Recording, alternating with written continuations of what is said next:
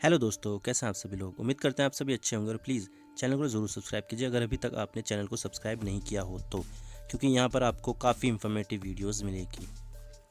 Recently RBI ने Paytm Payments bank पर ban लगाया था और वो बैन था कि अब पेटीएम पेमेंट बैंक नए कस्टमर नहीं बना सकती है। लेकिन जब बैन लगाया गया था तो तब कोई रीज़न स्पेसिफाई नहीं किया गया था कि आरबीआई ने ये बैन क्यों लगाया था। लेकिन अब रिपोर्ट आ रही है कि आरबीआई ने पेटीएम पर बैन क्यों लगाया। और यहाँ पर एक बहुत ही सीरियस बात निकल कर सामने आ रही है और वो ये है कि पेटीएम ने यहाँ पर चाइना के साथ डेटा शेयर किया है। ये काफ़ी गंभीर मामला है क्योंकि देखा जाए तो इंडियन गवर्नमेंट ने रिसेंटली कई सारी चाइनीज़ ऐप्स को बैन किया था प्राइवेसी और देश की संप्रभुता के उल्लंघन के मामलों में। तो डिटेल से जानेंगे कि पूरा मामला क्या है, लेकिन उससे पहले हम न्यूज़ आर्टिकल्स देख लेते हैं।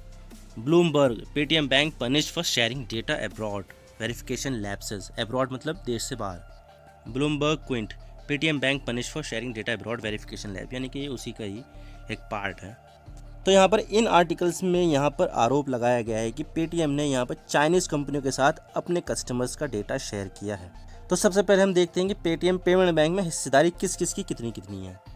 तो एज ऑफ नाउ विजय शेखर शर्मा जो पेटीएम के फाउंडर है वो 51% की हिस्सेदारी होल्ड करते हैं और 197 यहाँ पर 49% की हिस्सेदारी होल्ड करती है, यानी कि मतलब कि आधे से ज़्यादा शेयर तो विजय शेखर शर्मा के पास है जिन्होंने पेटीएम को लॉन्च किया था, और बाकी के आधे शेयर्स हैं 197 कम्युनिकेशन।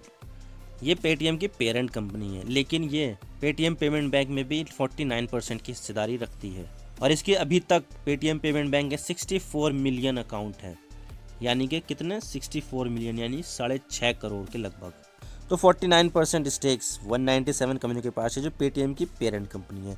तो डेटा तो पेटीएम पेमेंट बैंक का पेटीएम से भी शेयर किया जा रहा था और यहाँ पर अगर मैं 197 कम्युनिकेशन के शेयर होल्डर्स को देखूँ तो यहाँ पर आपको चाइनीज़ कंपनियों के शेयर्स भी मिलेंगे।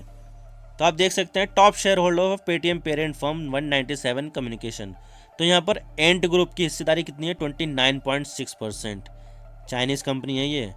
उसके बाद आता है सॉफ्टबैंक, ये जैपनीज़ कंपनी है। एलिवेशन कैपिटल, विजय शेखर शर्मा के पास 14.6% की हिस्सेदारी है। और अलीबाबा भी जैक मा की कंपनी है, चाइनीज़ कंपनी है ये। तो टोटल मिलाकर यहाँ पर 35% से भी ज़्यादा शेयर्स चाइनीज़ कंपनियों के पास है। तो यहाँ पर दो चाइनीज़ कंपनियों के साथ डेटा शेयर किया जा रहा था और इन दोनों कंपनियों की हिस्सेदारी 30% से भी ज़्यादा है, जो कि इम्पॉर्टेंट है। और वही मैंने जो बताया था ना, आंट ग्रुप और अलीबाबा, वे दो ही कंपनी के यहाँ पर नाम सामने आ रहे हैं।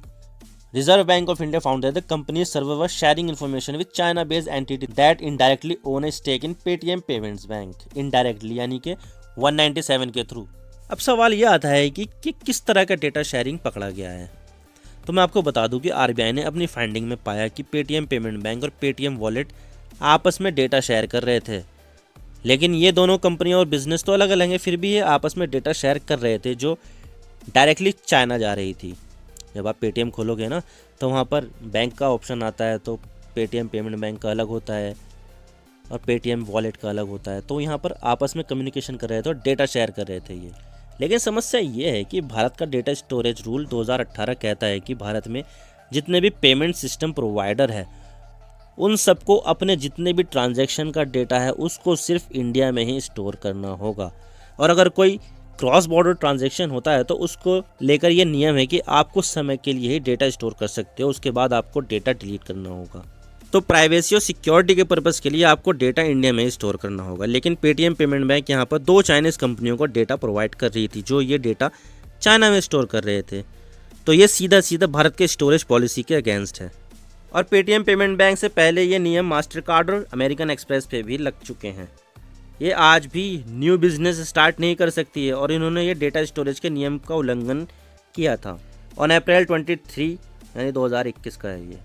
India central bank had banned the US based company from onboarding new domestic customer onto its card network for violating data storage norms. Meanwhile Mastercard, American Express are still restricted from doing new business in India. यानी कि data storage norms जो नियम वगैरह है उसका violation किया था, यानी डेटा स्टोर जो कर रही थी वो अमेरिका के अपने सर्वर में कर रही थी, इंडिया के सर्वर में नहीं।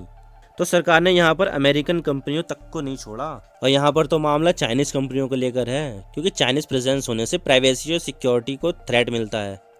और इसके अलावा यहाँ पर पेटीएम पेमेंट बैंक की केवाईसी को लेकर भी प्रॉब्लम है, क्योंकि यहाँ पर जो केवाईसी होती है यानी नो योर कस्टमर्स, जहाँ पर डिटेल्स वगैरह मांगी जाती है और वेरीफाई करना होता है, वहाँ पर प्रॉपरली केवाईसी नहीं की गई थी, जिससे मनी लॉन्ड्रिंग हो सकती है। तो ये कंसर्न है पेटीएम पेमेंट बैंक के साथ। और इस बारे में जब कंपनी से पूछा गया तो कंपनी ने यहाँ पर ट्वीट किया है, Paytm Payments Bank is proud to be completely home grown bank, यानी कि पेटीएम पेमेंट बैंक प्राउड है कि ये कम्प्लीटली होम ग्रोन बैंक है, यानी कि इंडिया का बैंक है। Fully compliant with RBI direction on data localisation. All of the bank's data resides within India, यानी कि देश में ही रहता है जो भी बैंक का डेटा है। 14 मार्च का ये ट्वीट है। तो यहाँ पर पेटीएम पेमेंट बैंक ने अपना डिफेंस किया है। और इसके अलावा कंपनी के मालिक विजय शेखर शर्मा ने भी ऐसा कुछ भी होने से इनकार किया है। No truth in Paytm sharing data with Chinese entities, Vijay Shekhar Sharma, इन्होंने पूरी तरह से मना कर दिया कि कोई सच्चाई नहीं है इस बात में।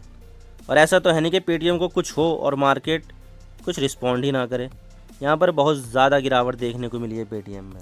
पेटीएम निवेशक कंगाल 4 महीने में ही 2150 से गिरकर 600 रुपये से नीचे पहुँचा शेयर। आपको पता होगा कि सितंबर नवंबर में पेटीएम ने अपना आईपीओ निकाला था, तो जब वो आईपीओ निकाला था तो 2150 रुपये का पर शेयर था उस समय आईपीओ के टाइम पर। लेकिन यहाँ पर ये बहुत ज़्यादा नीचे गिर चुका है, 70% इसके शेयर ने वैल्यू खो दी है यहाँ पर। और अब आरबीआई ने पेटीएम पेमेंट बैंक पर इंफॉर्मेशन टेक्नोलॉजी का ऑडिट बिठा दिया है और इसकी रिपोर्ट आने के बाद ही सारा मामला क्लियर हो पाएगा। तो आप क्या सोचते हैं इसके बारे में, हमें कमेंट सेक्शन में ज़रूर बताइएगा। और आगे क्या होगा ये तो आईटी के ऑडिट की रिपोर्ट आने के बाद ही पता चलेगा।